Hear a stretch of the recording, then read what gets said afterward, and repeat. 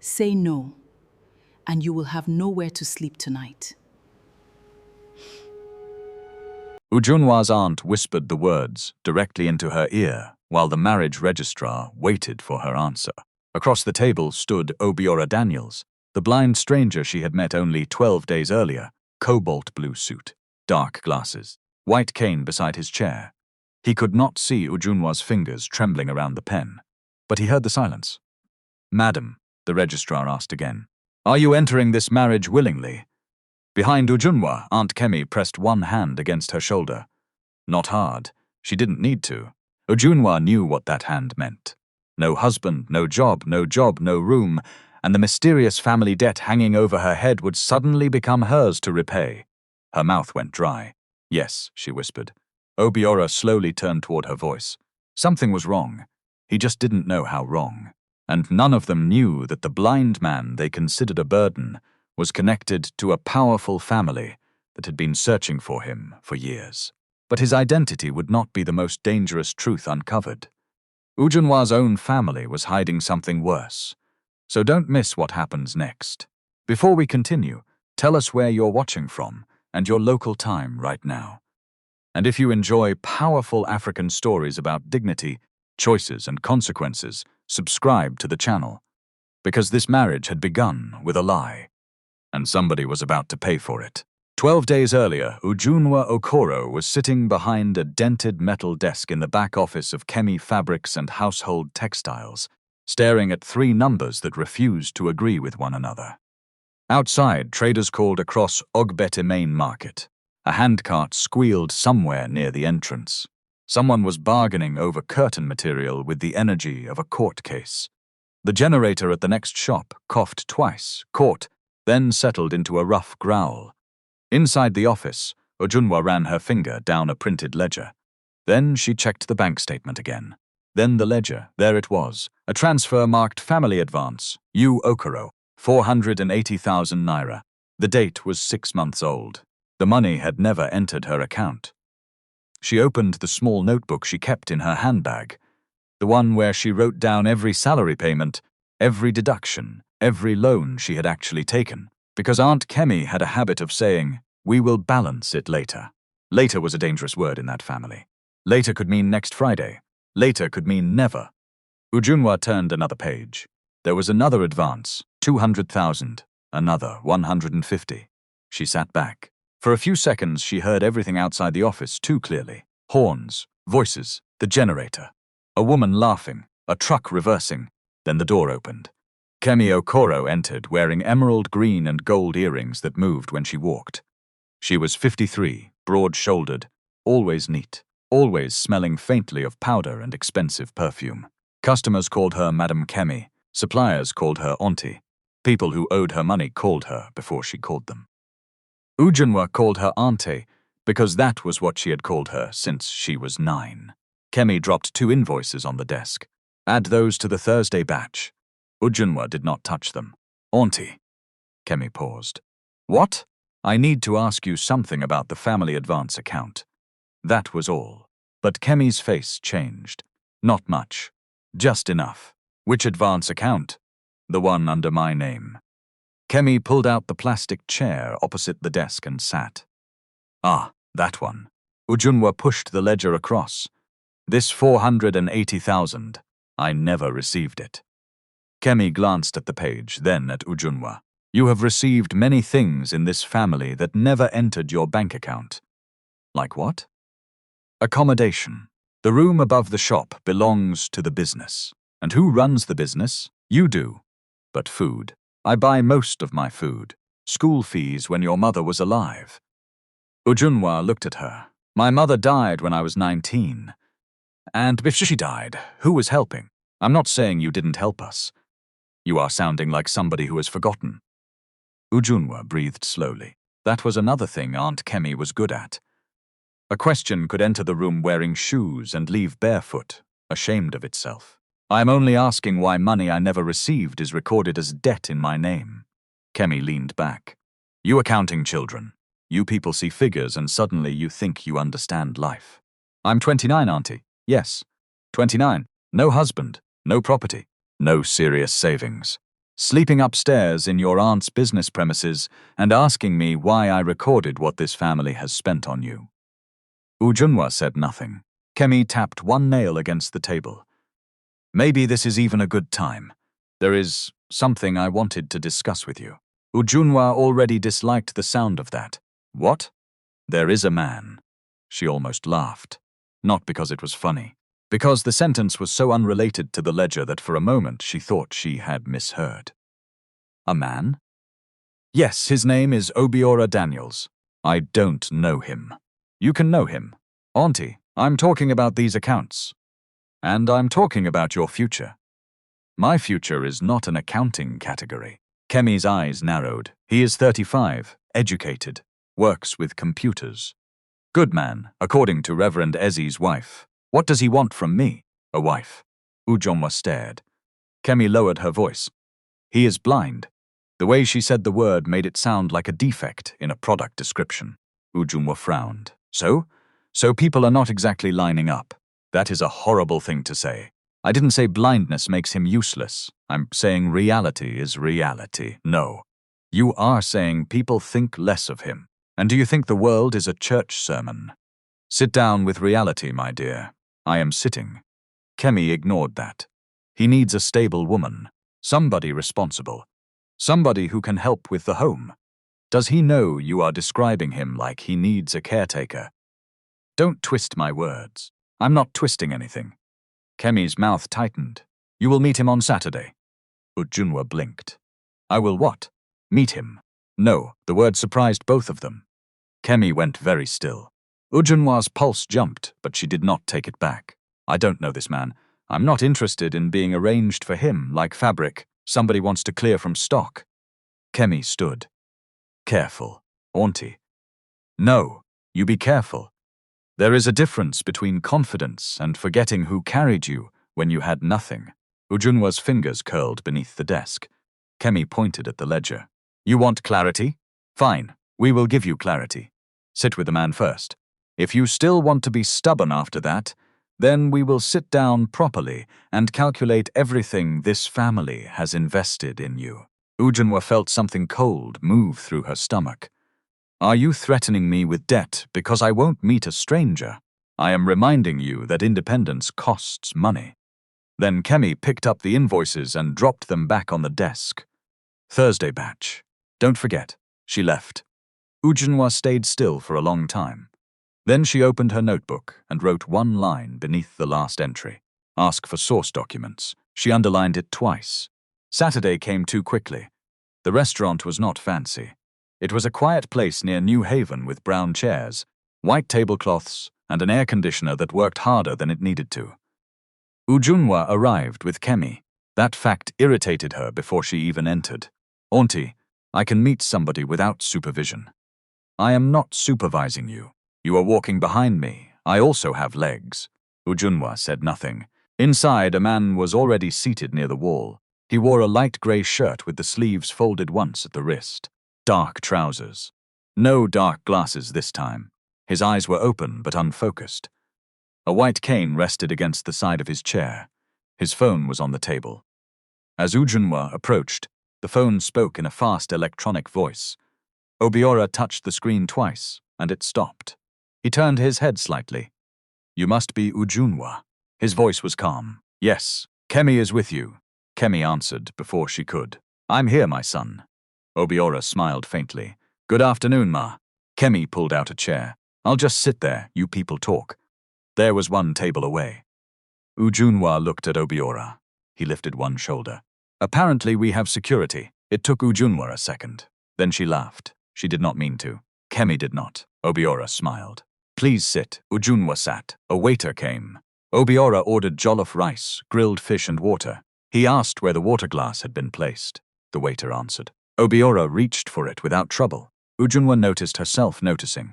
She hated that, not him. Herself. Kemi had filled her head with an image before she arrived. A helpless man waiting to be managed. A responsibility in human form. The man in front of her did not seem interested in being managed by anybody. So, Obiora said, what did they tell you about me? Ujunwa nearly choked on her water. What? I know how introductions like this work. Somebody tells somebody something, usually not the useful part.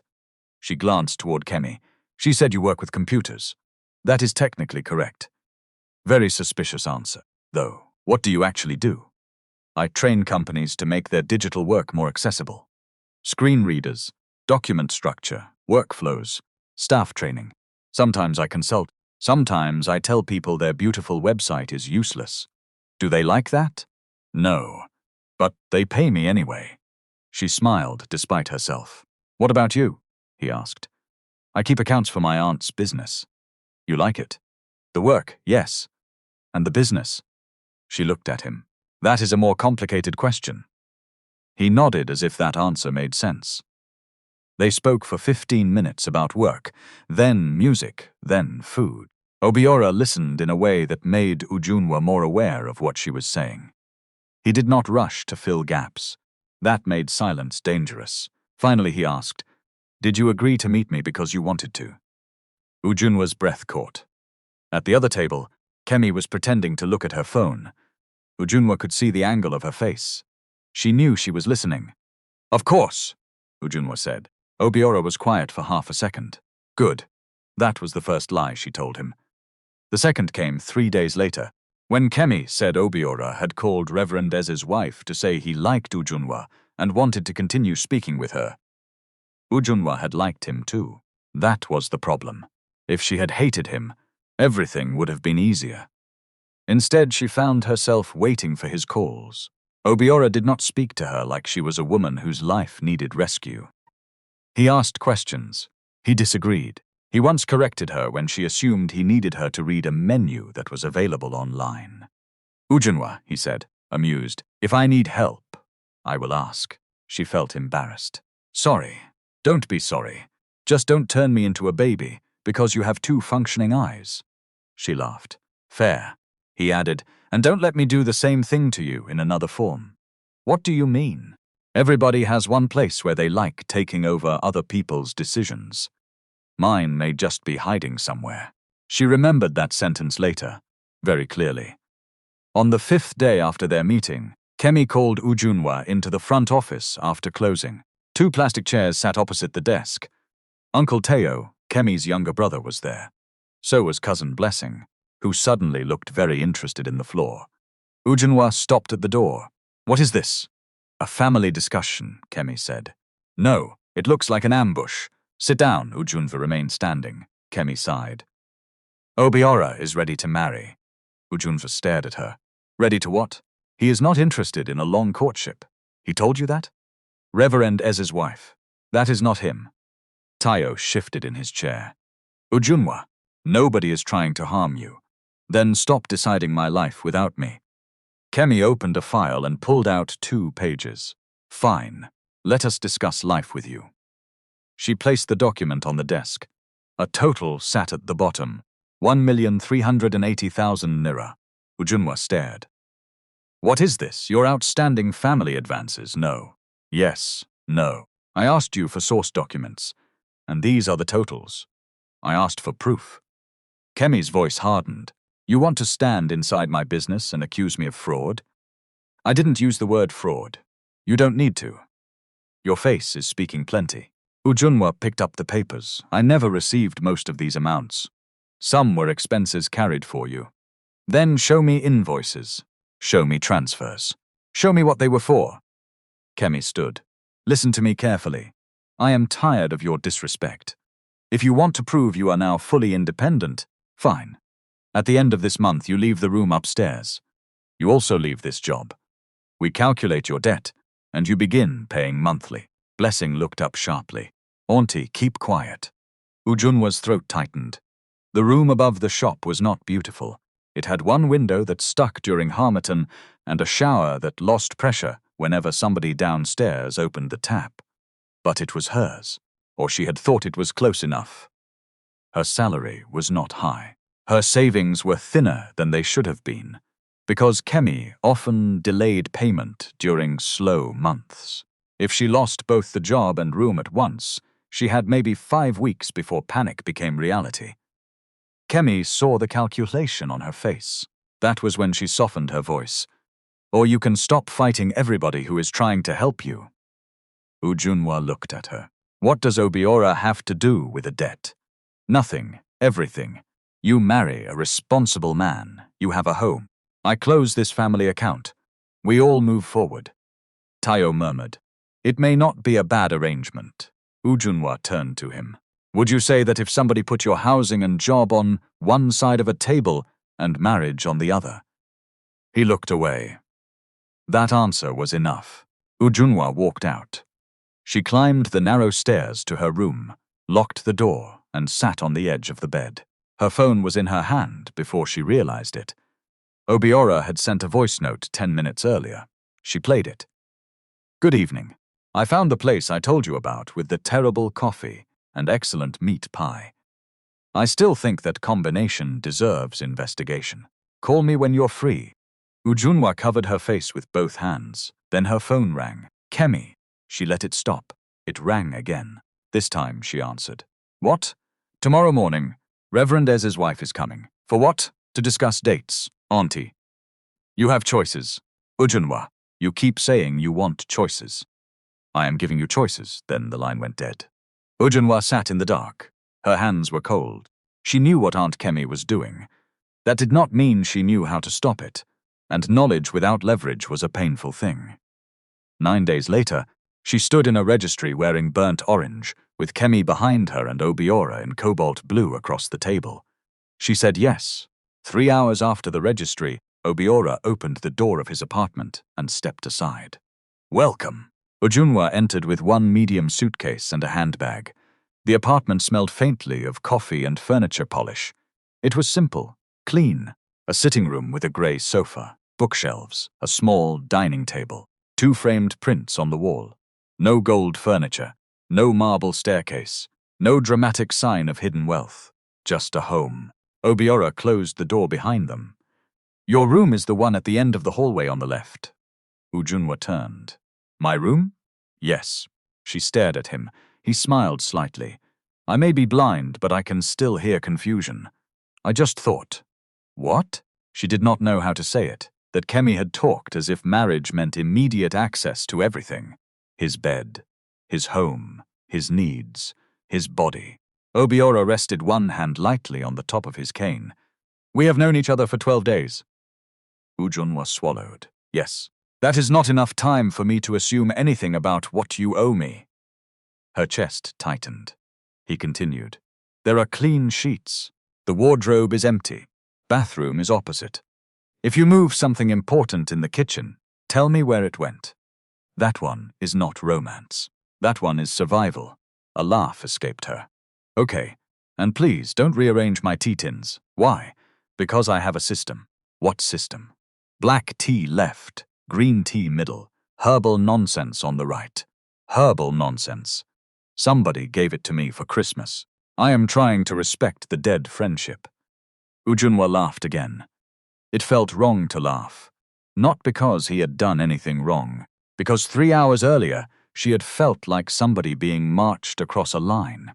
Now the man on the other side of that line was giving her a key to a room with a lock. He walked toward the kitchen. "Have you eaten?" "No, good. I have soup." "Good? It means I don't have to pretend I cooked for myself alone." He stopped, angled his head toward her. "Ujunwa, yes? If you need quiet tonight, tell me. I am not offended by silence." Something inside her shifted. Not healed. Shifted. That night she sat on the bed in the room he had given her and opened her handbag. At the bottom was the copied debt sheet.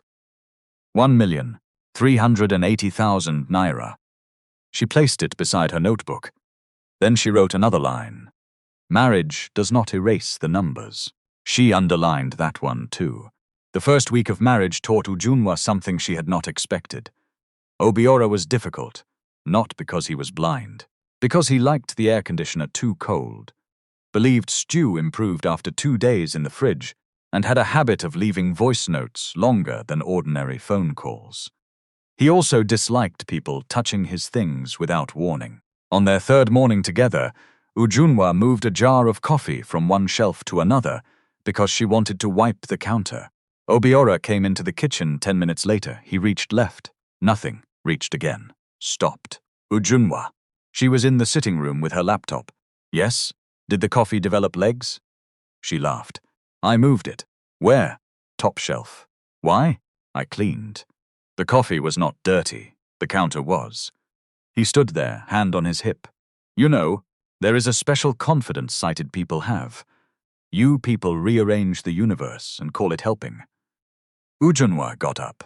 Sorry, tell me where you moved things. That's all. She opened her mouth to defend herself, then stopped. He was right. Okay, thank you. He reached for the kettle.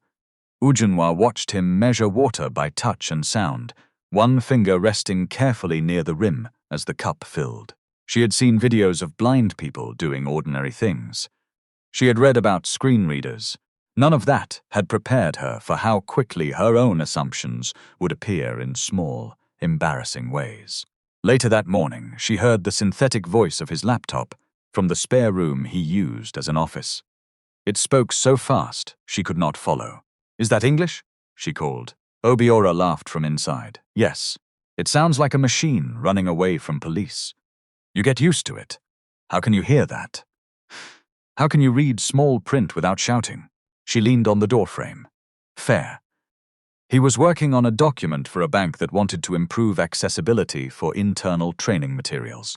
He explained that badly formatted headings could make navigation miserable with a screen reader. A fancy PDF could be beautiful to a sighted manager and almost useless to somebody who depended on assistive technology. So you teach companies not to make stupid documents? Ujunwa asked. That is the simplified version. I like the simplified version. So do I. Then his phone rang. He answered. Hello, this is Obiora. Ujunwa returned to the sitting room. She had taken 3 days off after the registry. Kemi had called the first evening to ask whether she was settled. The second morning, she asked when Ujunwa would return to work. By the fourth day, Ujunwa was back behind the metal desk at Kemi Fabrics. Nothing looked different. That irritated her too. The same ledger, the same invoices, the same generator outside, as if a marriage had not been used to move her from one house to another. Kemi entered around noon. She placed a brown envelope on the desk. Sign this. Ujunwa looked at it. What is it? Closing the family account. Ujunwa opened the envelope. Inside was a one-page acknowledgement stating that she accepted responsibility for prior family advances and that the debt had been settled through family arrangement. Her eyes stopped on one sentence. I acknowledge the validity of all advances previously recorded in my name. She read it twice, then put the paper down. I'm not signing this. Kemi's eyebrows rose. The debt is being cleared. You want me to confirm that the debt was valid? It was valid. Then show me the source documents. Kemi's face hardened. We have finished this discussion. No, you finished it. I didn't. Ujunwa. I'm married now. According to you, that was the solution. So why do you need my signature? For the first time, Kemi looked caught. Only for a second, then she smiled. Because records must be complete. Exactly. Ujunwa slid the paper back, and complete records should match the money. Kemi did not touch the document. You are becoming very bold. No, I'm doing bookkeeping. Don't test me. Ujunwa's heartbeat sped up, but she held Kemi's gaze. You told me marriage would close the account. Close it. I will not sign something saying I received money I did not receive. Kemi leaned over the desk. You are forgetting that you still work here. No, I remember every morning. A long silence. Then Kemi snatched the document, folded it and pushed it back into the envelope. You think that man has made you strong? Ujunwa's jaw tightened.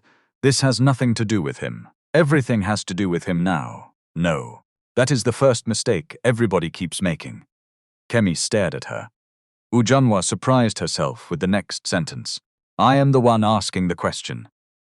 Kemi left without another word. That evening, Ujunwa came home carrying the fear in her shoulders. Obiora was at the dining table, headphones around his neck, laptop open. You're late, he said. Sorry. You don't have to apologize for being late. I was only stating a fact. She dropped her bag on a chair. He turned his face toward her. What happened? Nothing. What? You said nothing like somebody who has brought home a whole meeting. She almost smiled. Then she sat opposite him. My aunt gave me something to sign. Obiora waited. She wants me to acknowledge a debt. What debt? That is the problem. I don't know. She told him about the ledger entries. Not everything. Not the ultimatum. Not yet, but enough. Obiora rested both hands on the table. How much? A little under 1.4 million. And what proof do you have that you didn't receive it? My bank statements. Some salary records. Messages.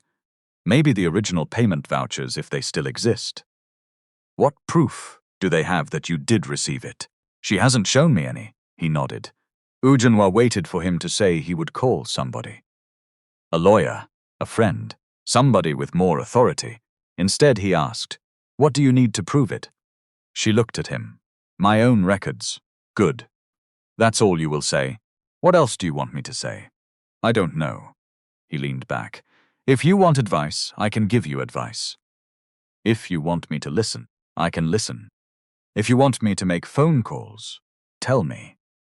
But I don't want to take over your problem, because I am your husband. Her throat tightened. Nobody in her family had ever said anything like that. Kemi's version of help always came with ownership. Obiora's version came with a question. What would you do? Ujunwa asked. If it were my name, yes. I would stop arguing from memory and start building a timeline. Ujunwa frowned. A timeline? Date, claimed amount. Claimed purpose. What your bank says. What your notebook says. Any message around that period. People argue. Records don't get tired. She looked at him for a long moment. Then she got up, took her notebook from her bag, and opened it. That night they worked at opposite ends of the dining table. Not together exactly. Beside each other. Obiora wore headphones and edited an accessibility report. Ujunwa built a spreadsheet, claimed advance, date, evidence, mismatch. At 11:42 p. She found the first clear contradiction. A 200,000 naira advance had been recorded on a day she was in Nsukka for her mother's memorial service. The company payment voucher said cashier release deed to Uakoro. Her own notebook showed she had borrowed 11,000 naira from cousin Blessing that same afternoon because her bank app was failing and she needed transport money. Ujunwa stared at the two entries. Obiora, he removed one side of his headphones. Yes, I found something, he smiled. Then write it down before excitement spoils your handwriting. She laughed. It was the first time the numbers frightened her less than the person behind them. Over the next 2 weeks, Ujunwa built the file quietly. She did not download confidential customer records she had no right to keep. She did not carry company laptops home. She copied only documents related to her own salary, her own alleged advances and records she had personally prepared or was authorized to access as part of her job. That distinction mattered to her. Kemi had taught her one thing well. Bad records could ruin people. Ujunwa did not want to become careless just because she believed she was right. She also started taking freelance bookkeeping jobs at night. The first came from a woman who ran a small catering business in Independence Layout and had 6 months of receipts mixed with grocery lists inside a plastic shopping bag. Ujunwa nearly cried when she saw it. The woman laughed. My sister, if you can save me from this thing, God will bless you. I may need God to help me first. It took 3 evenings. The pay was not much. But when the transfer entered Ujunwa's account, she stared at the alert. Money from work that did not pass through Kemi. It felt different. She did not tell her aunt. She did tell Obiora. First independent client, she announced when she came home. He lifted both hands. Madam Accountant, don't start. I am respecting success. You sound like somebody about to ask for a discount. I was actually going to ask if you could look at one invoice for me. There it is. I will pay. You are my husband. And I can look at one invoice. No, Ujunwa frowned. No? If it is professional work, I pay you. Obiora, it is one invoice. One invoice can still be work. You are stubborn. Yes, she opened the file anyway. It turned into 6 invoices, 2 payment schedules, and a reconciliation problem with one client who had transferred the same amount twice under different references. Ujunwa worked for almost 2 hours. The next morning, Obiora sent money to her account. She walked into his office holding her phone. "What is this?" "My invoice payment. You paid me too much." "No, you did. I asked another bookkeeper what 2 hours of that work would cost." Ujunwa stared. "You called somebody?" "Yes. To make sure you could pay your own wife. To make sure I didn't use marriage to get free labor." The sentence landed somewhere deep. He must have heard her silence because he added, "I'm not trying to make a speech." "I know. I just don't like hidden invoices." Ujunwa laughed softly. "Neither do I." That evening she cooked onugbu badly. Obiora tasted it and went quiet. She folded her arms. "Say it. Did the bitter leaf offend you personally?" "Obiora, I am only asking questions." "You are wicked." "No, this soup is wicked." She threw a kitchen towel at him. It hit his shoulder. He laughed so hard he had to put down the spoon. And for one ordinary minute, Ujunwa forgot how the marriage had started. That scared her more than she expected. Because she was beginning to like the life they were accidentally building. She was also beginning to understand how dangerous half-truths were. Obiora thought she had chosen him. She had not. Not freely. Every day she delayed telling him. The silence became heavier. She told herself she would explain after she understood the debt. Then, after she saved more money. Then after Kemi stopped calling every other evening. Later, there was that word again. One Thursday, Obiora came home carrying a stiff white envelope. He held it between 2 fingers. "Either somebody has remembered me in a will, or I am about to be asked to pay for something I never bought." Ujunwa looked up from her laptop. "What is it?" "Letter forwarded from my old address." "From who?" "Some law firm." He handed it to her. "Read the sender, please." "Just the letterhead first." Ujunwa read the name, a firm in Enugu. Then she read the subject line. "Request for contact, surviving son of the late Ruth Nwosashu." Obiora stopped smiling. "Read that again." She did. His face changed. "Ruth Nwosu was my mother." Ujunwa lowered the page. "She used Nwosu? Before she married Daniel." "Yes. Daniel was your stepfather, the man who raised me. I took Daniels from him later." Ujunwa read the rest silently first. The letter said the firm was attempting to locate an adult male, believed to have been born to Ruth Nwosu approximately 35 years earlier. It gave no promise of money, no dramatic claim, only a request to make contact regarding a private estate matter. Obiora sat down. "This smells like scam. It could be. How did they get the old address? Maybe public records, maybe somebody gave it, or maybe somebody wants my bank details." Ujunwa looked at the phone number printed at the bottom. "Don't call this number yet. I wasn't planning to." She opened her laptop. "What are you doing?" "Checking whether the firm exists. Use an independent source." She looked at him. He smiled. "You think I train companies on risk and accessibility and then call random numbers from mystery letters?" "Fair." They searched. The firm existed. The address matched independent listings. The partners' names matched. Ujunwa found a separate office number from another source. Obiora called that one. He put the call on speaker. A receptionist answered. After 2 transfers and an identity check that revealed almost nothing, they were connected to a senior associate named Mr. Nwankwo. "Mr. Daniels," the man said. "Thank you for returning the inquiry. Before we discuss anything substantial, I need to make clear that we are not asking you for payment, account details, or any financial information." Obiora's shoulders relaxed by 1 degree. "Good start," Mr. Nwankwo continued. "We represent the administrators handling unresolved family matters connected to the estate of the late Samuel Ibe." Ujunwa glanced at Obiora. The name meant nothing to him. She could tell. "There are documents suggesting Mr. Ibe had a relationship with a woman named Ruth Nwosu before he married. We are trying to determine whether a child from that relationship survived." Obiora's fingers tightened around the edge of the table. "My mother never told me my father's name. That is one reason we are proceeding carefully. What exactly do you have?" "A small number of letters, references in private papers, and testimony from a relative who knew Miss Nwosu. Nothing we would ask you to accept blindly." Obiora gave a dry laugh. Poor choice of word. There was a pause. Then Mr. Nwankwo said, "You're right, I apologize." Obiora nodded once. Continue. They arranged a preliminary meeting. After the call ended, Ujunwa remained seated. Obiora did too. The apartment seemed unusually quiet.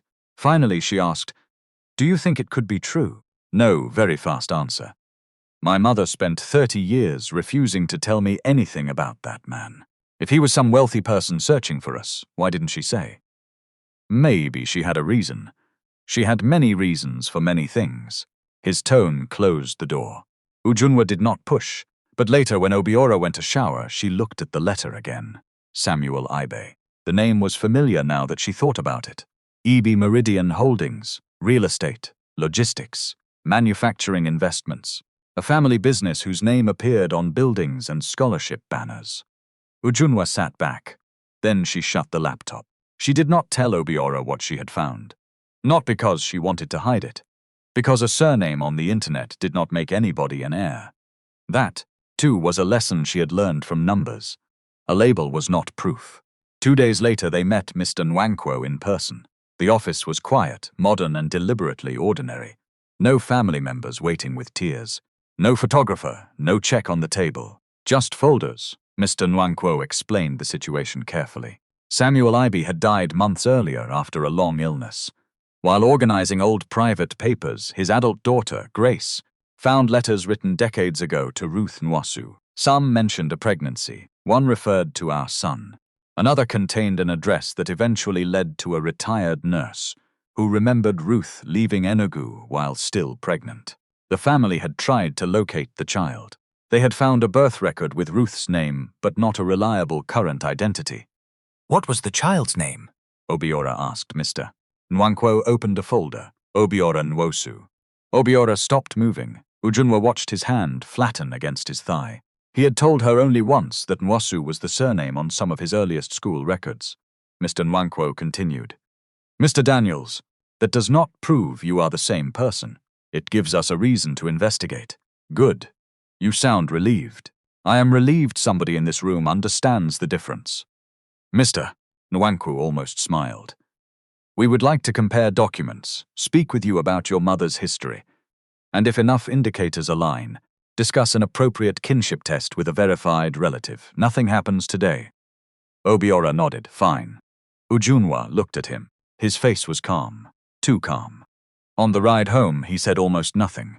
When they entered the apartment, he folded his cane, put it in its usual place and stood by the dining table. Then he said, "My mother lied to me." Ujunwa did not answer immediately. "She may have hidden something. That is a polite word for lying. You don't know why?" He turned toward her voice. "No, I don't. That was the wound, not the money, not the possibility of inheritance. A dead mother had kept a door closed, and now strangers were opening it with folders." Ujunwa stepped closer. "No. Okay." She started to walk away. "Ujunwa." She stopped. "Thank you for not telling me what I should feel." She looked at him. For one sharp second, guilt rose so hard she almost confessed everything. The ultimatum, the room, the job, the forced yes. But then his phone rang, and the moment disappeared.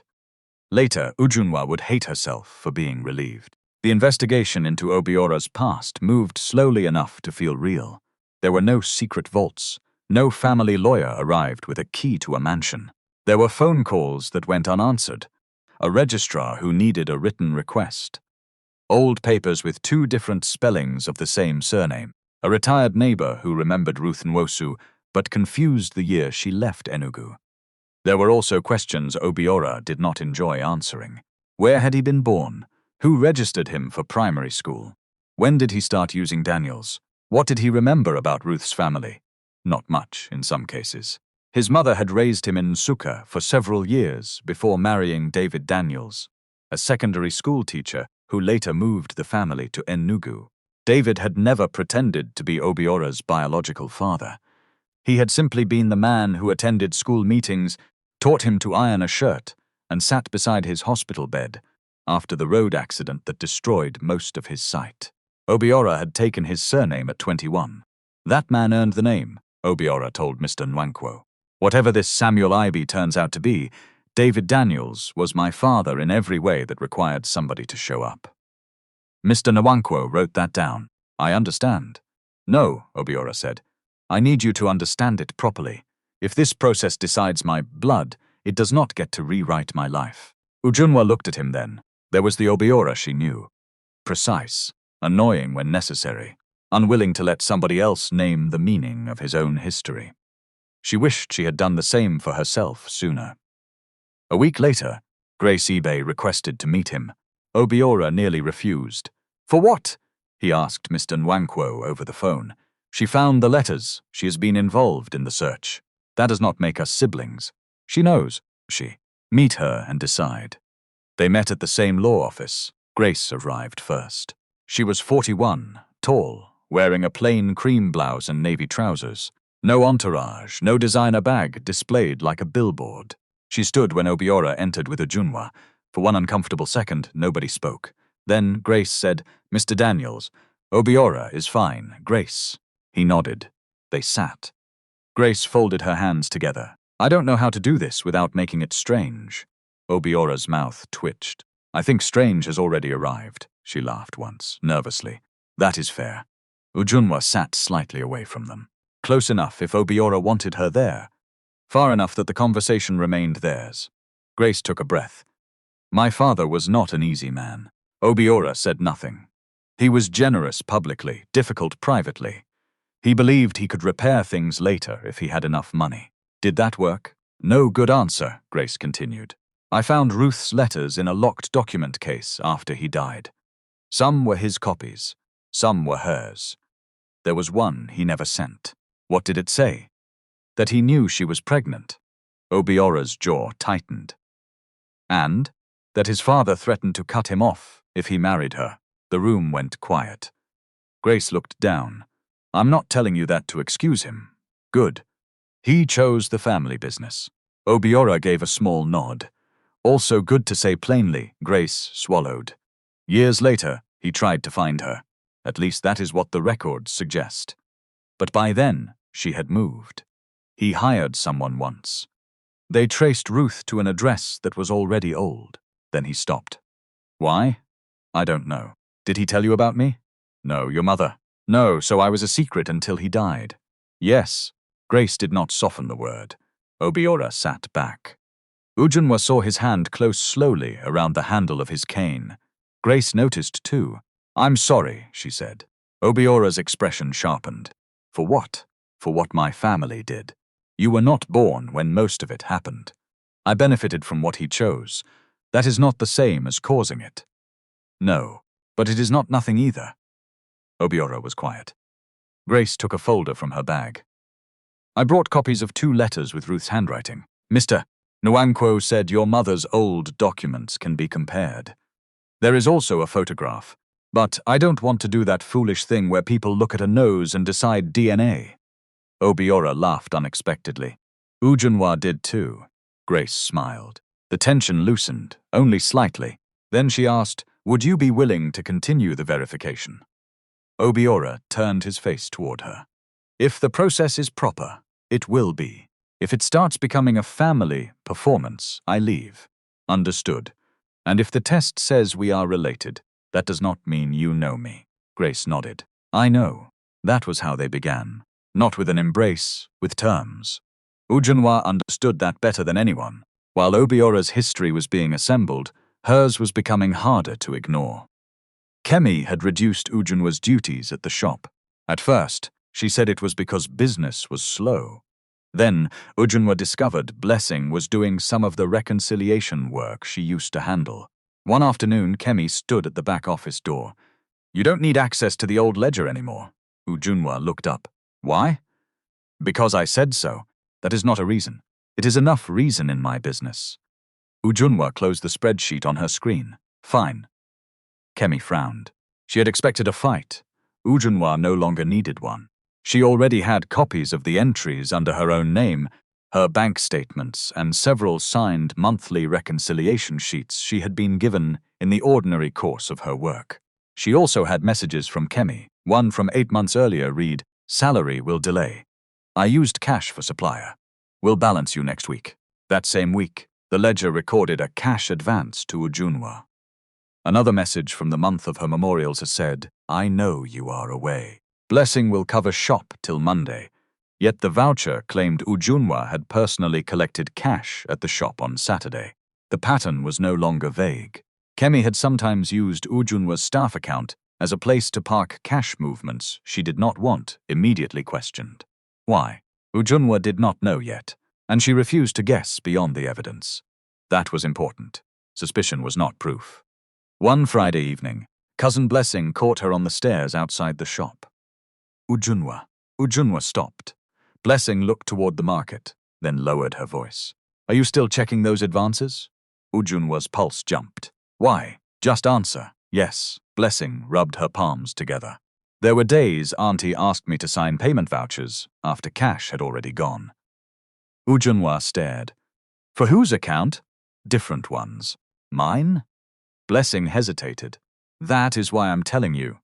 How many? I don't know. Did you sign one saying I collected money? Blessing looked miserable. I signed as witness. I didn't read everything. Ujunwa closed her eyes for 1 second. Blessing. I know. No, you don't know. A signature is not decoration. I know now. Why did you sign? Auntie said it was just to balance cash taken for supplier payments. Did you see the suppliers? No receipts? No. Ujunwa breathed through her nose. Blessing's eyes filled. Are you going to report me? I don't know what I am going to do yet. I didn't take money. I didn't say you did. You are angry. Yes. Blessing nodded as if she deserved it. Ujunwa softened a little. Listen to me. From now on, don't sign anything you have not read. If somebody says there is no time, tell them there will be time when the document becomes a problem. Blessing wiped under one eye. Auntie will finish me if she knows I told you. I will not use your name unless it becomes necessary. Thank you. Ujunwa started down the stairs, then stopped. Blessing. Yes, do not remove anything from the office for me. Do not send me confidential records. Do not do something illegal because you think you are helping. Blessing blinked. I wasn't going to. Good. Ujunwa walked away. That night she added a new column to her spreadsheet. Possible witness. Not proof by itself. Obiora heard her typing after midnight. He came out of his room and leaned against the hallway wall. You are attacking that keyboard. I'm working. At 12:30? You work at 12:30. Yes. I also make bad decisions. She smiled without looking up. He walked toward the kitchen, trailing his fingers lightly along the counter edge once he reached it. Tea? He asked. Yes, black? Good. Herbal nonsense survives another night. A few minutes later, he placed a mug near her right hand. She closed the laptop. Thank you, he sat. How is it going? I think the debt is not just wrong. I think my account was used to hide other cash movement. Can you prove that? Not all of it. Then what can you prove? That several advances recorded to me do not match any money I received. That at least one voucher says I collected cash in person when I was in another town. That some of the same periods match delayed salary messages. I know. He took a drink. Ujunwa looked at him. How is your own investigation? He was quiet. More complicated. Good complicated or bad complicated? DNA does not have good manners. It just answers the question you ask. Her stomach tightened. You did the test? Yesterday. With Grace? With an independently verified close relative on that side, yes. Grace also provided a sample for additional comparison as advised. And we wait. Ujunwa nodded. Obiora traced one thumb along the mug handle. If it is true, people will behave differently, probably. I don't know if I'm ready for that. Which people? Everybody. Ujunwa thought of Kemi. She almost said, some people already behave differently when they think you have nothing. Instead, she asked, what scares you? He laughed without humor. That somebody who ignored my existence may become important to how strangers define me. You mean Samuel Ibe? Yes, you are still Obiora Daniels. Tell the newspapers that if this leaks, maybe it won't, maybe. He tilted his head. And you? What about me? What scares you? The question entered too cleanly. Ujunwa looked down at her hands. The numbers being worse than I think. That's not all. She swallowed. No, he waited. Again, she nearly told him. Again, fear won. I'm tired, she said. Obiora did not press. All right. He stood, took his mug, and walked back toward his room. At the hallway, he stopped. You know something? What? If you ever need to tell me something ugly, don't wait for a beautiful moment. Those ones are usually fake. Ujunwa's throat closed. He went to bed. She stayed at the table until the tea went cold. The result came 11 days later. Mr. Nwankwo asked them to come in. Grace was already there. This time her hands were not folded neatly. She kept rubbing one thumb over the side of her index finger. Obiora sat beside Ujunwa. Mr. Nwankwo did not drag the moment for drama. The kinship findings strongly support the claimed biological relationship. Combined with the documentary trail, birth records, and corroborating family evidence, we have enough basis to proceed with formal recognition steps in the estate process. Nobody moved. Ujunwa looked at Obiora. His face was unreadable. Grace exhaled, then covered her mouth. Obiora said, "So Samuel Ibe was my biological father?" Mr. Nwankwo answered carefully. "The evidence supports that conclusion very strongly, yes. And that makes me what exactly? Potentially entitled to rights in the estate that were previously unresolved. The precise legal position still requires formal processing. I don't want you leaving this room thinking ownership of anything changes today." Obiora nodded. "Thank you." Grace turned toward him. "Obiora!" He raised one hand. "Give me a minute." She stopped. Ujunwa watched his breathing. Slow in, slow out. Finally, he said, "I need to hear one thing from you, Grace. Anything. Did your father ever write that he knew my mother had given birth?" Grace looked at Mr. Nwankwo, then back at Obiora. Yes. The answer cut deeper than the DNA. When? When you would have been about 2. Obiora nodded once. So he knew. Yes. And he still stayed away. Grace's eyes filled. Yes. Obiora leaned back. No speeches today. Grace shook her head quickly. No speeches.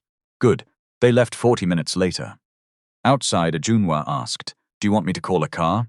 "I already did." "Okay." He stood on the pavement beside her, cane unfolded. Cars moved along the road. A horn sounded. Someone nearby was selling bottled water. Obiora said quietly, 35 years. Ujunwa touched his arm, then stopped herself. "Can I?" He turned his palm upward. She took his hand. That small permission broke something in her. She began to cry. Obiora frowned. "Why are you crying?"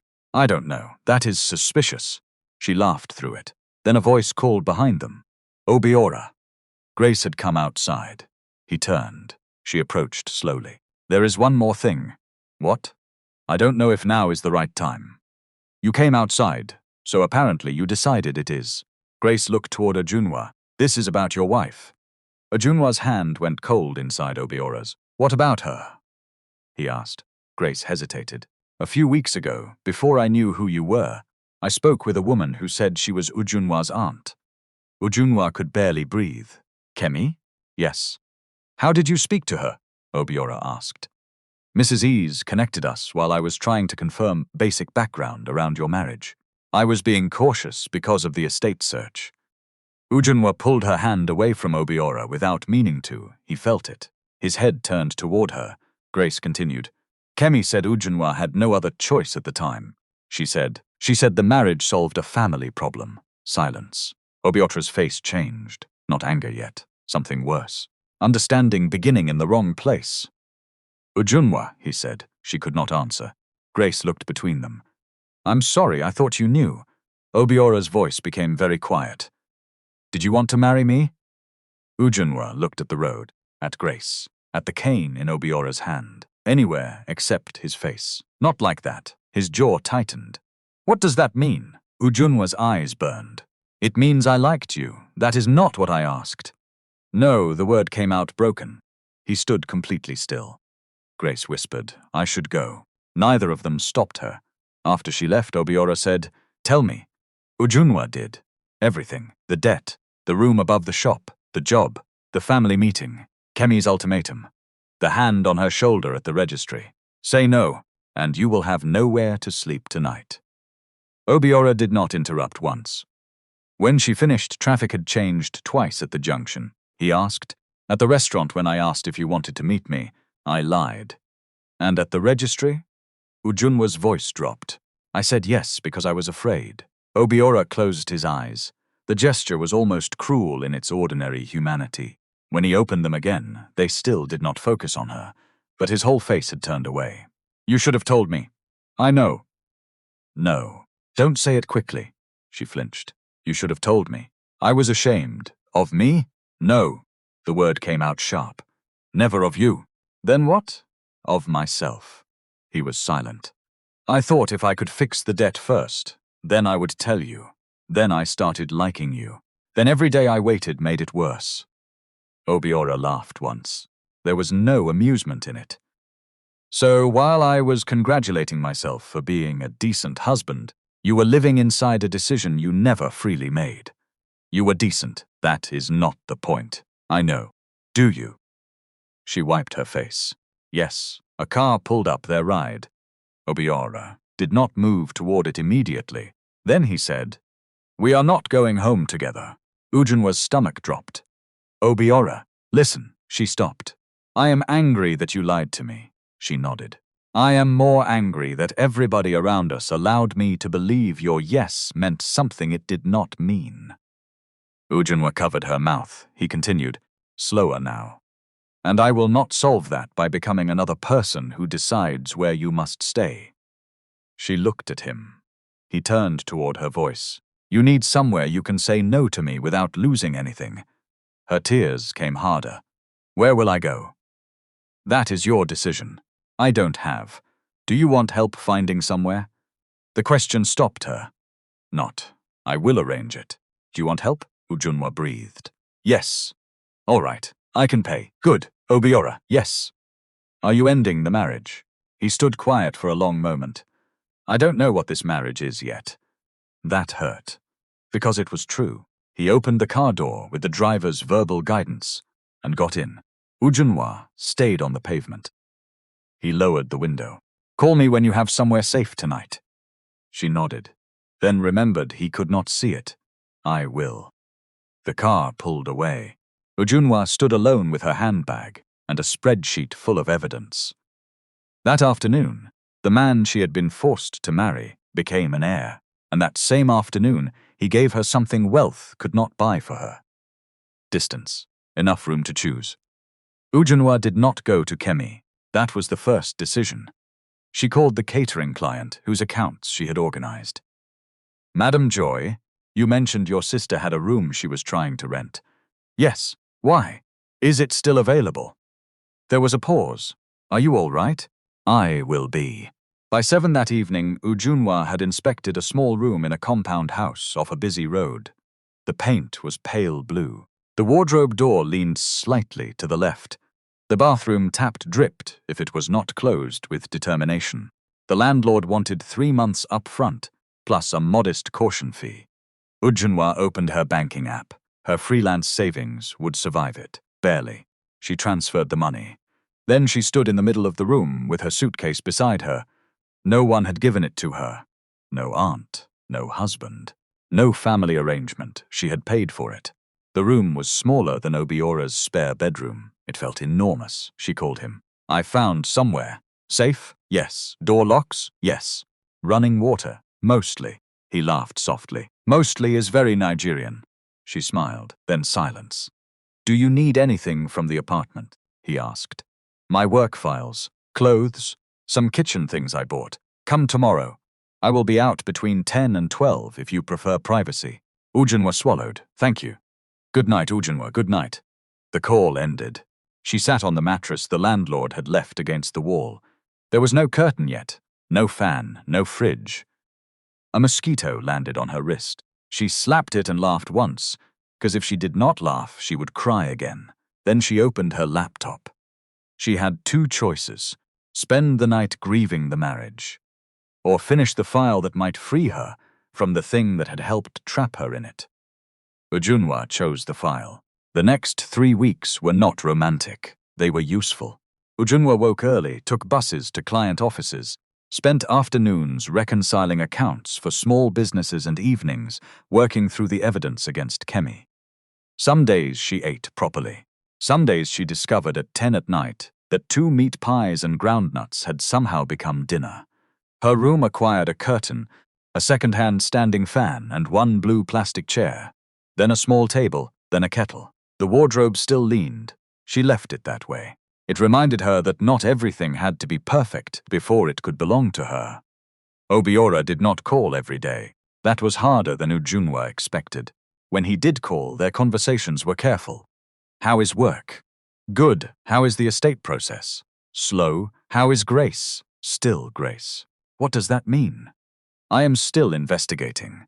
Sometimes they laughed. Sometimes neither knew what to say. They did not pretend nothing had happened. That was another kind of respect.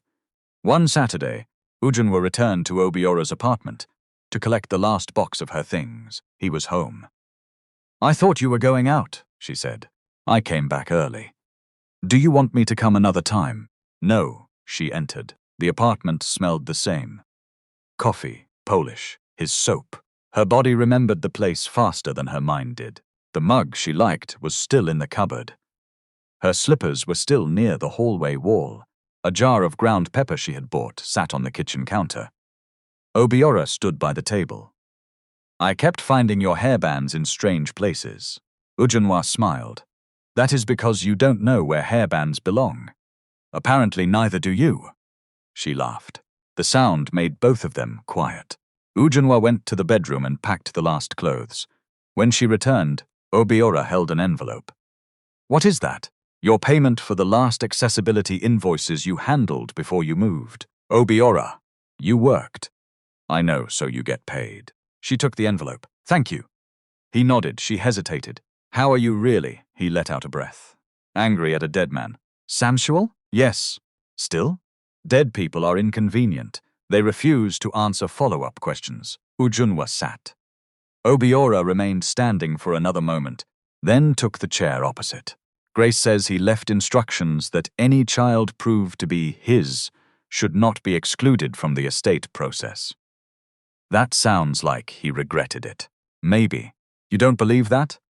I believe regret is cheap when the person you wronged had to live without you. Ujunwa looked down. He heard the silence. "That was not about you. I know. Do you?" She gave him a sad smile he could not see. "I'm learning." He nodded. Then Ujunwa asked, "Can I tell you something without asking you to fix it?" "Yes, I found more inconsistencies. In the debt? Yes. And not only mine. Some cash movements were temporarily booked against staff or supplier categories before being reclassified later.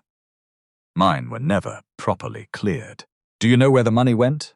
"Not completely." "Then don't say you do." "I know." He smiled faintly. "You sound like me now. That is unfortunate. Very," she continued.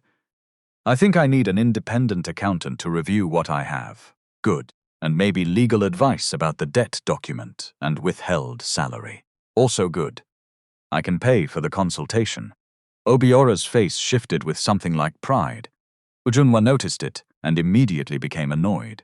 "Don't look proud." "I'm not looking anything. I'm blind, Obiora." He laughed. "I am proud, but I know this is yours." She looked at him for a moment. "Thank you." That week, Ujunwa met an independent accountant recommended by one of her freelance clients. His name was Mr. Joseph Coker, a compact man in his late 40s who wore reading glasses low on his nose and distrusted stories until they came with documents. Ujunwa liked him immediately. She gave him a clean packet, not the whole company file. Only records tied to her employment, her alleged debt and reconciliations she had legitimately retained. Coker read quietly. Then he asked, "What do you want from me?" "I want to know whether I am misunderstanding this." "That is a better question than prove my aunt is a thief." "I'm not claiming she stole anything." "Good, because these papers do not prove that." Ujunwa nodded. "What do they prove?" "They show that amounts were posted as advances to you without a clear matching payment trail to you. They also show at least one document claiming physical receipt by you on a date you can place yourself elsewhere with independent support." "Exactly. They may also suggest poor internal controls. But poor controls and intentional fraud are not the same thing." "I understand, do you?" "Yes." Coker looked at her over the glasses. "Good. People get themselves into trouble when anger starts doing accounting. Ujunwa almost smiled. What should I do?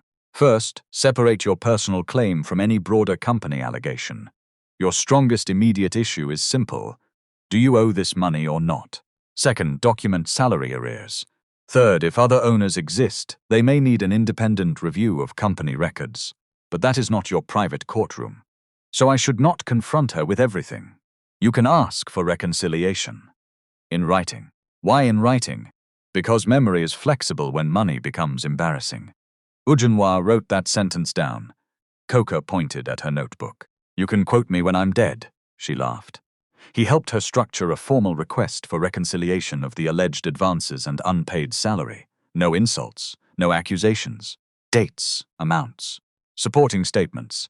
A request for source documents. Ujunwa sent it by email and printed a copy. Kemi called 11 minutes later. What nonsense did you send me? A reconciliation request. You sent me an email like I'm a stranger.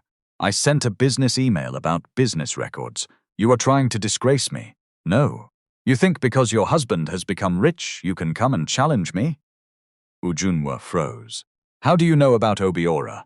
Kemi laughed sharply. Do you think Enugu is London? People talk. The news had begun leaking. Not the legal details. Not the final estate position. Just enough. Blind consultant linked to EB family. Possible son of late industrialist. The kind of story that moved from one WhatsApp group to another, while becoming less accurate each time.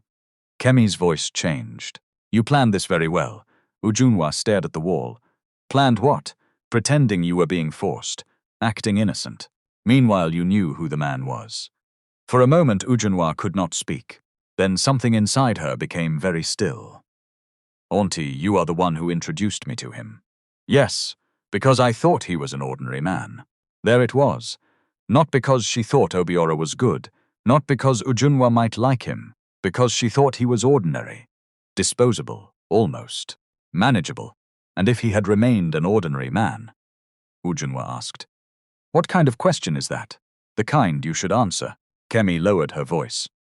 For what? Look at what has happened to you. Ujunwa laughed. Not loudly. Just once. Auntie, do you hear yourself? Mind your tone. You threatened to throw me out if I did not marry a man you thought nobody else wanted. Now you want credit because his father happened to be rich? I found the husband. You found a person. You did not find an inheritance. Without me, would you have met him? Without you, I would have had the right to choose whether I met him. Silence. Kemi spoke slowly. You are forgetting your place. No. Ujunwa looked around her little room. The leaking tap, the blue chair, the leaning wardrobe. I finally know where my place is. She ended the call. Her hands shook afterward. Courage did not stop the body from being afraid. That was another lie people told. Sometimes courage was simply fear that no longer got the final vote. By Monday, Kemi had changed tactics. Family members began calling. Uncle Tayo first. Ujunwa, what is this I'm hearing? You are sending auditors to your aunt? I am not sending auditors anywhere. Then what are you doing? Asking for proof of a debt in my name. Family matters should not become public. It is not public. But lawyers are involved. Not yet. Not yet? Uncle, if somebody says I owe nearly 1.4 million naira, am I not allowed to ask how? That is not what I'm saying. Then what are you saying? He sighed. Your aunt has done a lot for you. Yes, she raised you. She helped raise me. She gave you work. Yes. So why are you acting like she is your enemy? Ujunwa sat on the edge of her bed. Because gratitude is not a blank check. Tayo went quiet. I can be grateful for what she did and still refuse a debt that is not mine. You sound different. I am different. He did not know what to say to that. Then came Cousin Simi. Then a church auntie. Then a woman Ujunwa had not spoken to in 2 years, who somehow knew enough to advise her to protect her marriage now that God has blessed her husband. Ujunwa stopped answering unknown numbers. 2 days later, a message arrived from Kemi. Come to the shop. We can settle this like family. Ujunwa read it 3 times. Then she replied. Please respond to the reconciliation request in writing. Kemi sent back. So this is how you want to do it. Ujunwa typed. Yes, then deleted it. She typed again. I want the records clarified, that is all. She sent it. The answer came the next afternoon. Kemi offered to cancel the entire alleged debt. On one condition. Ujunwa had to sign a statement confirming there had been no financial misconduct and no coercion connected to her marriage. Ujunwa read the document at a print shop because she did not trust herself to read it alone. The young attendant glanced at her when she whispered, "My God." She paid, took the pages and walked outside. Then she called Mr. Coker. "I have something new." "What?" "They will cancel the debt if I sign that nothing improper happened." Coker was silent for a second. "Do not sign anything before you get legal advice." "I wasn't going to." "Good. I think they are scared." Maybe. Do not turn inference into fact, Ujunwa." She exhaled. "Yes, sir. But keep the document."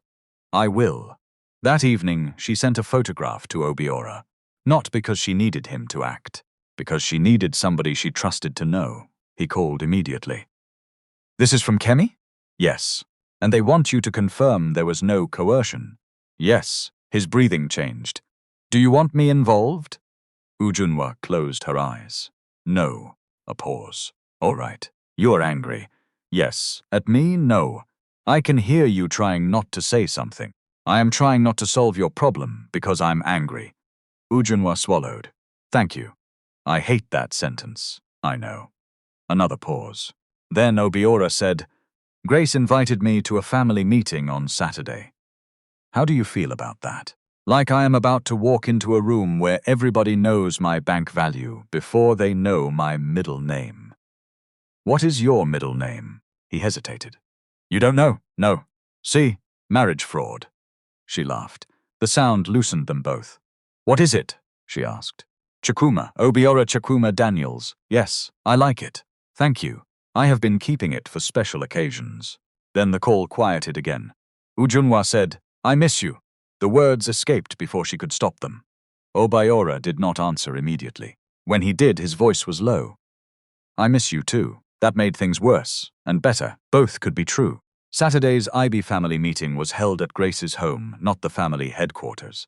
Obiora appreciated that. There were 6 people present. Grace, 2 older relatives, the estate lawyer, a family accountant, 1 cousin who seemed more interested in checking Obiora's face than listening to him.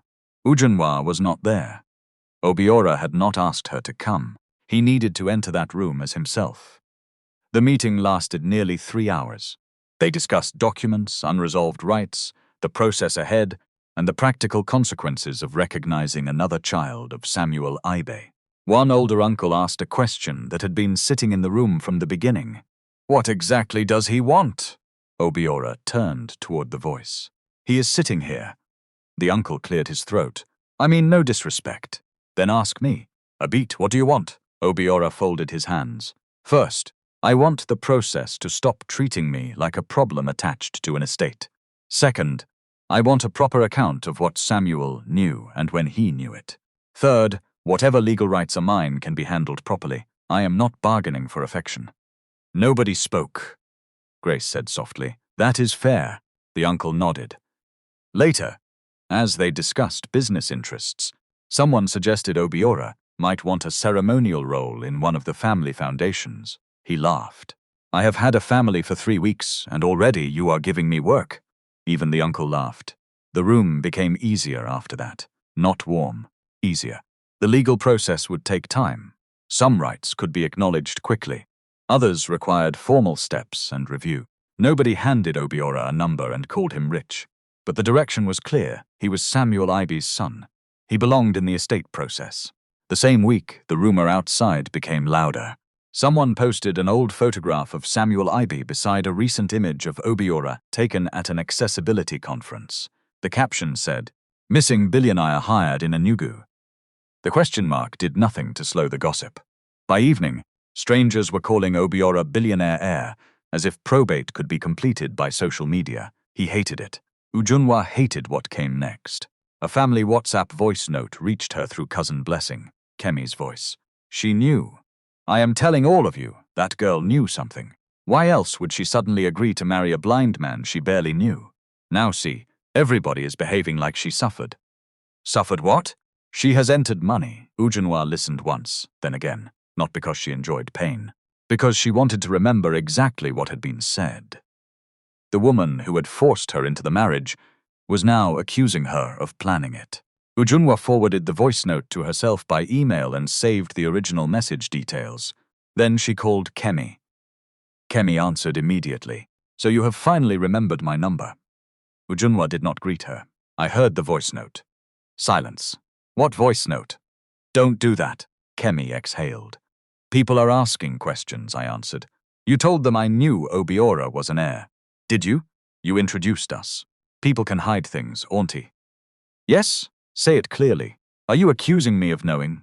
Kemi hesitated. There it was again. Ujunwa could hear fear when it tried to dress as authority. I'm saying the situation is suspicious. No. What is suspicious is you trying to rewrite what happened. Because the man you thought was a burden turned out to have money behind his name. You are very disrespectful now. No, I am very specific now. Kemi's breathing sharpened. You think this husband of yours will protect you forever. I am not asking him to protect me. You think because you are sleeping in a rich man's house, I moved out. Kemi stopped. What? I moved out weeks ago. Why? Because when Obiora learned how the marriage happened, he understood something you still don't. What? That if I cannot say no without losing my home, my yes means less. The line went silent. Ujunwa continued.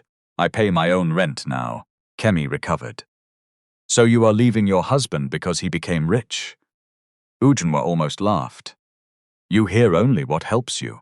Come back to the shop tomorrow, we finish this. No, I said, come. No. Kemi raised her voice. Ujunwa. Ujunwa looked at the blue curtain moving in the fan's air. No. Then she ended the call. She sat there for several seconds. Her heartbeat was hammering, but the room was still hers.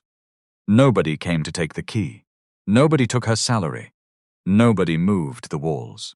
One word had finally remained one word. No. 2 days later, Mr. Coker called. I have good news and bad news. Which first? The bad. Your personal documents are enough to challenge the alleged debt, but not enough to determine what happened across the entire company. I expected that. The good. You may not need to. What do you mean? Who owns Kemi Fabrics? My aunt and 2 of my mother's siblings inherited shares from my grandfather. Aunt Kemi manages it. Do they receive accounts? Annual summaries. I used to prepare drafts. Then the co-owners have standing to ask questions about internal controls. You do not need to become the company police. Ujunwa sat straighter. Uncle Tayo is one of them. The man who called you? Yes. Then stop arguing with him about family loyalty and show him the numbers that concern ownership. Ujunwa thought about it. That will cause war, Coker snorted. Madam, bad accounting is already war. The only question is whether people know they are fighting. The next morning, Ujunwa asked Uncle Tayo to meet her at a neutral office. Not the shop, not Kemi's house. She brought copies. Tayo arrived annoyed. I hope this is not another drama. Ujunwa pushed a page toward him. You own 25% of the business. Yes. When did you last review the underlying cash records? That is what Kemi handles. Exactly. He frowned. Ujunwa showed him the first mismatch, then the second, then the voucher from the Memorial Weekend. Tayo's face changed. What are you saying? I am saying these entries under my name do not match money I received. Are you accusing Kemi of stealing? No. He blinked. No, no. I am telling you the records require independent reconciliation. If you want to know whether the problem is larger, ask for an independent review as an owner. Tayo read the voucher again. You were not in Enugu this day? No, you can prove it? Yes, transport receipt, memorial program, photographs, messages from Aunt Kemi saying blessing was covering for me, and witnesses. Tayo sat back. For the first time, he did not mention gratitude. He mentioned money. How long has this been happening? I don't know. Who else knows? Mr. Coker has reviewed my personal documents. Blessing told me she signed some vouchers without reading them. I told her not to remove records or send anything to me. Tayo rubbed his forehead. This family. Ujunwa looked at him. Uncle, please don't turn this into a family fight before you know what happened. Ask for a proper review. He looked almost offended. You are telling me to be calm? Yes. He stared at her. Then, despite himself, he laughed. Your mother would enjoy this. Ujunwa's eyes stung. My mother would have asked why nobody checked the books. That too. Tayo left with copies. Within 48 hours, the other co-owner agreed to an independent audit of selected company accounts and controls. Kemi called Ujunwa 17 times. Ujunwa answered the 18th. You have destroyed this family, Kemi said. No, you went behind me to Tayo. He is an owner. I raised you, and I am not denying that. Then why are you doing this? Because you cannot turn what you did for me into permission to put false debt under my name. Kemi's voice cracked. You ungrateful girl. Ujunwa closed her eyes. The old words still found the old wounds. But they did not control her hands anymore. I am grateful for the school fees you helped with. I am grateful for the room you gave me. I am grateful for the work you taught me. Kemi went quiet, and I am still asking for the truth about the money. You want to disgrace me? No. If the records are correct, the review will show that. Kemi hung up. Ujunwa stared at the phone. Then she whispered to the empty room. And if they are not, that is not my disgrace. The audit did not produce one dramatic page with Kemi's guilt printed in red. It produced something more uncomfortable. A pattern. Poor controls. Personal and business spending mixed in places where they should not have been mixed. Cash withdrawals inadequately supported. Supplier payments posted late. Staff advances used as temporary balancing entries. Some later corrected, some not. And Ujunwa's alleged debt sat inside that mess like a stone nobody had bothered to remove. The independent accountant requested explanations. Kemi gave them. Some explanations were reasonable, a few were not. The amount booked against Ujunwa during her mother's memorial weekend became the hardest to explain, because the voucher said she had received cash in person. Blessing's signature appeared beneath it as a witness. When asked formally, Blessing told the truth. Auntie asked me to sign after the cash had already been taken. She said it was for supplier settlement. Ujunwa was not there. Kemi did not shout. That surprised everyone. She sat at the long table in the office used for staff meetings, wearing ruby red instead of her usual emerald, and listened while the independent accountant explained the findings to the co-owners. Tayo sat on one side. Their older sister, Esther, sat on the other. Ujunwa was present only for the portion concerning her own alleged debt and salary records. Mr. Coker sat beside her. No crowd, no cameras. No family WhatsApp live updates. Just people who had legal and financial reasons to be there. The accountant turned one page. On the records available, we cannot support the claim that Miss Ujunwa Okoro received all advances carried under her staff account. Kemi's lips pressed together. He continued. Several entries lack adequate supporting evidence. At least one conflicts with evidence placing her outside Enugu. There are also unpaid salary amounts that should be reconciled separately. Tayo looked at Kemi. Why was her name used? Kemi lifted her chin. It was an internal temporary code. We were short of cash. Suppliers were pressing us. I was moving entries so we could reconcile later. Ujunwa almost laughed at the word later again. Mr. Coker asked, why was the temporary code presented to her as a personal debt? Kemi looked at Ujunwa. Nobody else did. That answer belonged to her. It became complicated, Kemi said. Ujunwa's fingers tightened around her pen. Tayo leaned forward. Complicated how? Kemi snapped. You were not the one running this place every day. That is not an answer. You people came once a year, collected summaries and went home. I was here. When suppliers called at 6 in the morning, I answered. When rent went up, I negotiated. When customers owed us, I chased them. When salaries were due and there was no cash, who found money? Her voice rose for the first time. Me. The room went silent. Kemi looked around the table. You all enjoy clean numbers because somebody was doing dirty work to keep this business alive. The accountant removed his glasses. Madam, difficult cash flow can explain weak controls. It does not make unsupported personal debt accurate. Kemi turned to Ujunwa. And you? After everything I did for you, you brought strangers into this family. Ujunwa felt the old reflex. Explain, apologize, make the room softer. She did none of those things. I asked you for the source documents before I married Obiora. Kemi looked away. I asked again after the marriage. Silence. You asked me to sign that the debt was valid. Tayo's head turned sharply. You did what? Kemi glared at Ujunwa. Ujunwa opened her folder and placed the first acknowledgement document on the table.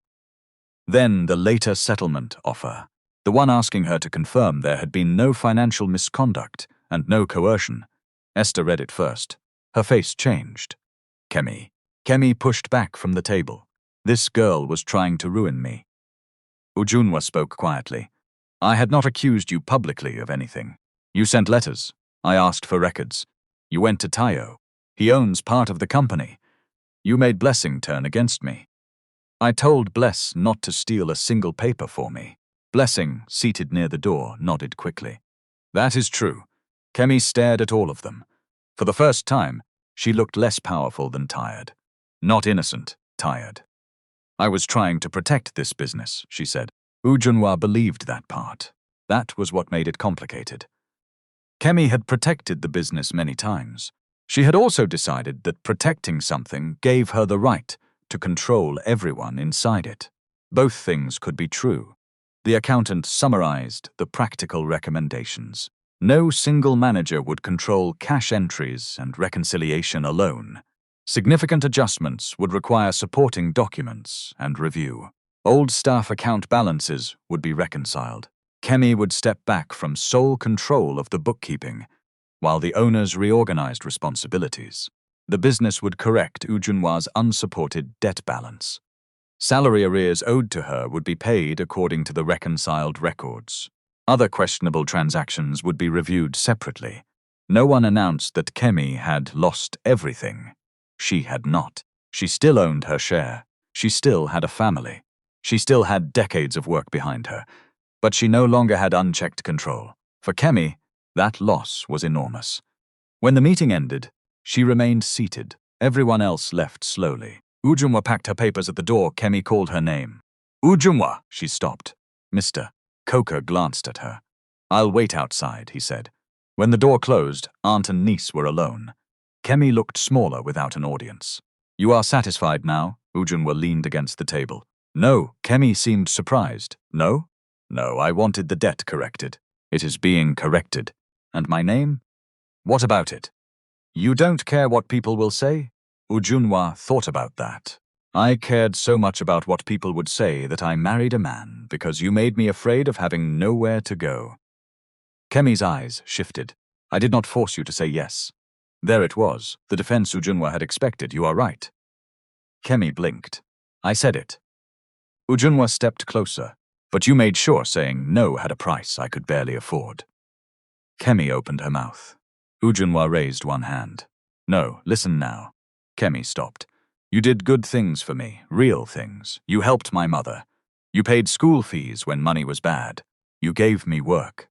You taught me how to chase missing receipts until a grown supplier became afraid of me. A tiny, unwilling smile touched Kemi's mouth, then disappeared. I will not erase those things. Kemi's eyes became wet. But they do not buy me. The smile was gone completely. You cannot keep a list of every kindness and present it like ownership papers when I disagree with you. Kemi looked down. I thought I was helping. No. The answer was firm. You thought you knew what was best. That is not the same thing. Kemisi swallowed. Would you have married him without me? Ujunwa considered the question. I don't know. Kemi looked up. And that is the point. Silence filled the room. Ujunwa picked up her folder. Kemi asked, will you come for Sunday lunch? It was such a normal question that Ujunwa almost laughed. No, Kemi's face fell. Not yet, Ujunwa added. She left. Outside, the afternoon heat hit her face, mister. Coker stood beside his car, checking his phone. Well, he asked. Ujunwa breathed in. Done. No audits are never done. They simply become somebody else's headache. She laughed. He smiled. Go home. I have a client meeting. Of course you do. She walked away carrying a folder that was suddenly lighter. Not because the paper weighed less, because the numbers finally belonged to the truth instead of the threat. Obiora's estate process moved on a different clock. Slowly, documents were reviewed, rights were acknowledged. Advisors explained structures and interests that had existed long before Obiora knew Samuel Iby's name. Grace refused to let the family turn him into a publicity project. When one relative suggested a press statement about reuniting the Iby family, Grace said, "We are not using a man's childhood as reputation management." Obiora heard about that later. He called her. "Thank you. For what?" "For being difficult on my behalf. I learned from you." Dangerous. They were becoming siblings in small pieces. Not because DNA demanded affection, because both kept showing up. Grace learned that Obiora hated people grabbing his elbow without asking. Obiora learned that Grace drank tea so weak it looked embarrassed. She attended one of his accessibility workshops and watched him dismantle a company's assumptions without raising his voice. Afterward, she said, "You enjoy telling executives they are wrong. Everybody needs a hobby."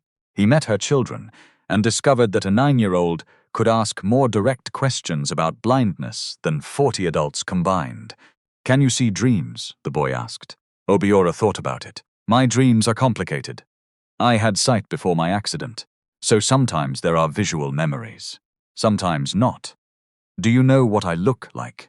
I know what your head feels like, because you keep putting it under my hand without permission." The boy laughed and ran away. Grace covered her face. "Sorry, I like him. Please don't encourage him." Obiora smiled. Life was moving, but he and Ujunwa remained in the same uncertain place. Then one Friday afternoon, she called, "The debt is gone." Obiora sat up behind his desk. "Gone how?" Corrected. The independent review found the entries could not be supported as personal advances to me. My salary arrears are being paid too. For the first time in weeks, he grinned without restraint. "You did it. We did the review properly." "No, don't hide behind grammar. You did it." Ujunwa laughed. "My uncle helped. You went to him. Mr. Coker advised me. You hired Mr. Coker.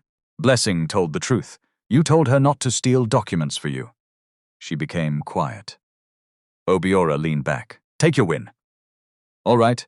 Another silence. Then he asked, "Would you like to have dinner with me?" Ujunwa stopped breathing for half a beat. "Dinner? Yes. Food table. 2 people chewing. I remember the concept. Good. Is this a husband asking his wife?" Obiora's voice softened. No, her chest tightened. "It is Obiora asking Ujunwa if she wants dinner." She smiled. "Yes." They met at the same restaurant where Kemi had sat one table away during their first introduction. This time Ujunwa arrived alone. Obiora was already there. His cobalt suit was gone. He wore a dark green shirt and black trousers. His cane leaned against the chair. "No security?" he asked as she approached. Ujunwa laughed. "No security. Dangerous." She sat. For the first 10 minutes, they talked about nothing important. The restaurant had changed its menu. Obiora's favorite meat pie place had closed. Ujunwa had gained 3 regular clients. Then food arrived. Halfway through, Ujunwa put down her fork. "I need to ask you something." "Ask." "Why haven't you filed anything to end the marriage?" Obiora became still. "I was waiting." "For what?" "For you to be in a position where the answer would not be contaminated by housing, money, or fear." Her eyes filled. He continued. "That does not mean I am pretending the lie did not hurt me. I know. It did, I know. I trusted that you had chosen the marriage. Finding out you had not." He stopped. Ujunwa let him. He rubbed one thumb against the edge of the table. "I felt stupid." "You were not stupid. I know that now." She waited. "And I was angry with you for not telling me. You had every right. Maybe. But then I started thinking about the first week. How many times you asked permission before touching my cane. How angry you got when people treated me like I could not do ordinary things. And meanwhile I had never asked what pressure was sitting on your neck. You did ask at the restaurant, and you lied." "Yes, so we were both missing something." Ujunwa looked at him. "What were you missing? That independence can be taken from a sighted person just as easily. You don't need a disability. Sometimes all somebody needs is your salary, Your room and your fear of disappointing family. Ujunwa's eyes dropped, he said. I am not saying that to excuse your lie. I know good. They ate in silence for a while. Then Ujunwa asked, Are you rich now? Obiora burst out laughing. The waiter glanced over. What? Ujunwa said. You waited all this time to ask? I am curious. I have rights in an estate that is still being administered, interests being valued, advisors explaining things I never knew existed, and relatives who suddenly care whether I understand corporate governance. Does that answer your question? No good. That is how I feel too. She laughed. People are calling you billionaire heir. People also forward voice notes saying garlic cures everything. Fair. He became serious again. Whatever comes from the estate, I am not giving up my work. I didn't think you would. I spent years becoming good at something. I will not let my dead father turn me into a profession called rich man. Ujunwa smiled. That sounds like you. Yes, annoying and employed. When dinner ended, they stood outside. Obiora unfolded his cane. Ujunwa asked, Do you want me to walk with you to the pickup point? Yes. They moved side by side. Not touching.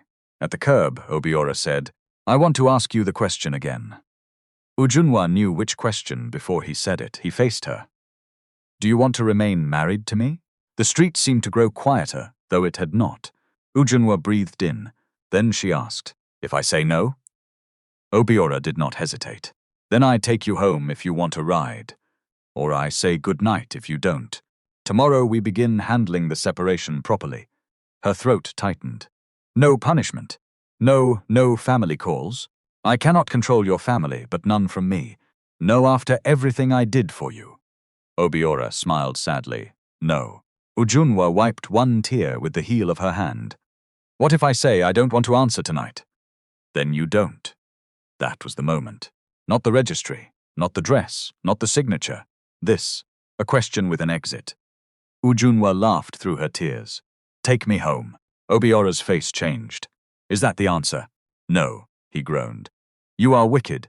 I learned from your soup comments. My criticism was accurate. Take me home, Obiora. To your room? Yes, all right. She did not answer the marriage question for 6 days. Obiora did not ask again. That mattered. On the 6th day, Ujunwa went to see Kemi. Not at the shop. At Kemi's house. She had not been there since before the wedding. Kemi opened the door herself. For a second, both women stared at each other. Then Kemi stepped aside. Come in. Ujunwa sat in the sitting room where she had spent Christmases, birthdays, and long afternoons peeling vegetables while adults argued about money. Kemi brought water. They spoke carefully. The company review was continuing. Kemi had accepted the new controls because the other owners insisted. She had also begun repaying amounts classified as personal withdrawals where appropriate. I did not steal from the business, Kemi said. Ujunwa nodded. I did not say you did. Kemi looked irritated. You keep saying that. Because words matter, Kemi sighed. I made bad decisions. Yes, I was carrying too much alone. Yes. You don't have to agree so quickly. Ujunwa smiled despite herself. Kemi almost smiled back. Then her face grew serious. I should not have used your name. No. I should not have threatened your room. Ujunwa waited. Kemi's eyes shifted away. And I should not have pushed that marriage. Pushed, not forced. Not yet. Ujunwa did not correct the word. Maybe Kemi needed to walk toward the truth in steps. But Ujunwa did not need to wait beside her for every step. I am not ready to come back here like nothing happened, she said. Kemi nodded slowly. I know. I will see you sometimes. All right. But you do not get access to my work, my money or my marriage because you are my aunt. Kemi's jaw tightened, then loosened. All right. And if you ever threaten my housing, job or money to make me do something again, I leave the conversation. Kemi looked at her. You have become very hard. Ujunwa shook her head. No, I became clear. Kemi stared for a moment, then she nodded. That was enough for one afternoon. Ujunwa left before lunch. On the way home, she called Obiora. What are you doing tomorrow? Working, after work? Depends who is asking your wife. Silence. Then, Ujunwa, she smiled. Yes? Be careful. I am. What are you saying? I am saying I want to remain married to you. He did not speak. Obiora, I'm here. Say something.